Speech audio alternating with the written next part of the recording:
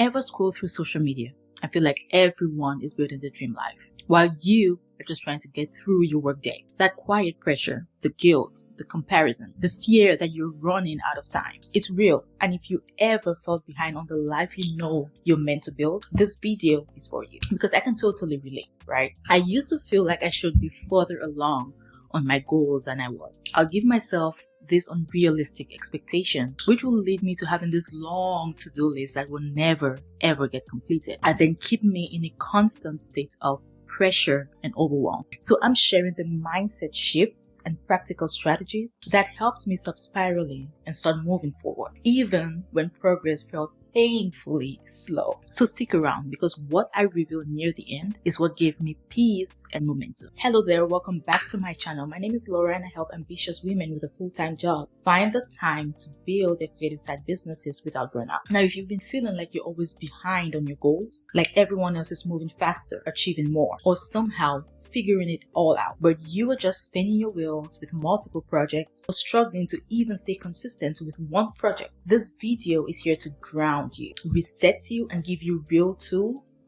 to stop the shame spiral and start moving again with peace. Now, the first thing is you need to stop measuring your life with someone else's timeline. You're not late, you're on your own timeline. We feel behind when we're comparing our path with someone else's pace. You can't compare your progress with someone who is a full-time entrepreneur or someone with a team behind them, even if they have a full-time job and a side project. If you have a full-time job, a family, community responsibilities, and building a side project all by yourself, of course your progress will be slow. You're just one person with different responsibilities and 24 hours in a day. So you can only do so much, and your so much is really not much. Now, here's what helped me, and this will help you too. Mute or unfollow accounts that trigger anxiety right now. Find at most 2 people you follow for advice when you need it. And stop scrolling through social media aimlessly, right? Because 10 times out of 10, that is gonna waste so much time than you intended to. Also, remind yourself that your life isn't behind. You are unfolding. And reconnect with what you want and not what just looks good online. Always learn to bring yourself back to the present by saying, I am not behind.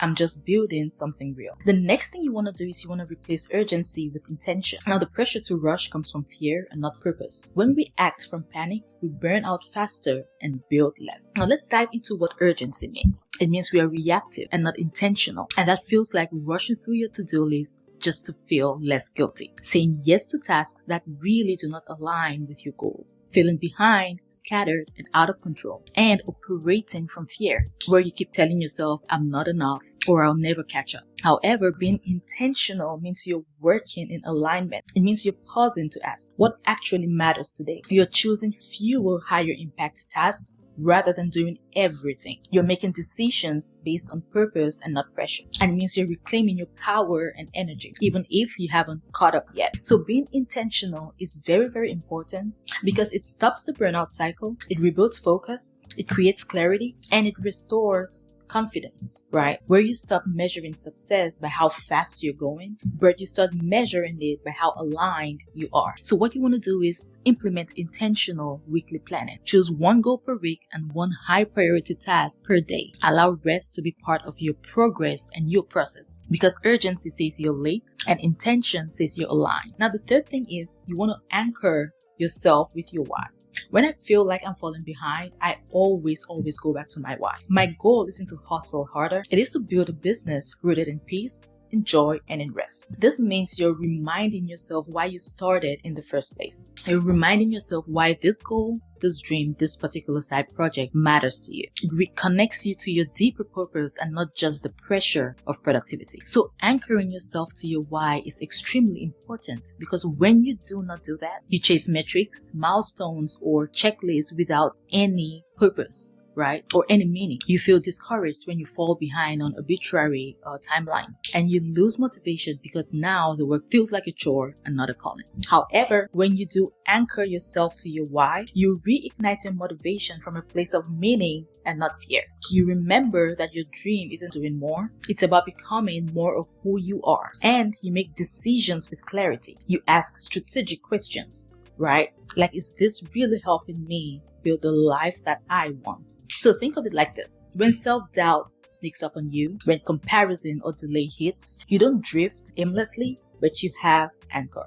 Your why keeps you grounded in the vision and not tossed around by temporary setbacks. And for you, this could be reconnecting to your vision of freedom, self-respect, or creating a business that reflects your gifts. This isn't just about getting more done. It's about showing yourself that you can. It could be journaling, visualizing, or speaking affirmations that tie actions to purpose. So let your vision fuel you and not stress you. Lastly, in order to manage the pressure of feeling behind, accept that you're allowed to move slowly and still succeed, because progress is consistency and not speed. We usually think that success means fast growth, big launches, viral posts, but lasting success is quiet, steady, and intentional. It's simply doing something small consistently for a long period of time to see steady growth. Now, once I understood this, and I mean really understood this, I celebrated every single small win, even when it was me finally getting a ChatGPT prompt right, or getting a new subscriber on YouTube, or even completing a script. So know that every focused hour counts, every reset is a win, every step, no matter how small,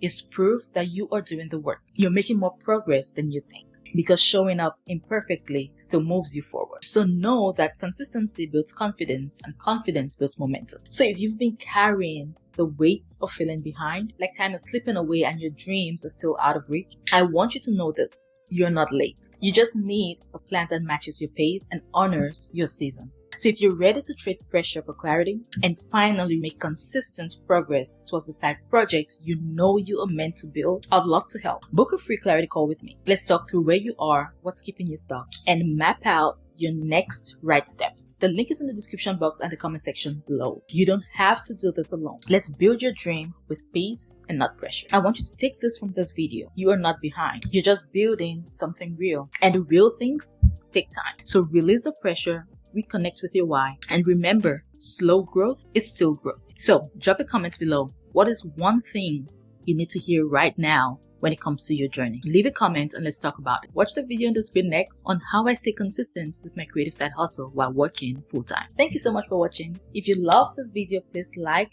share with someone who needs a productivity boost, and please subscribe to this channel for weekly videos, and I will see you in the next one. Bye.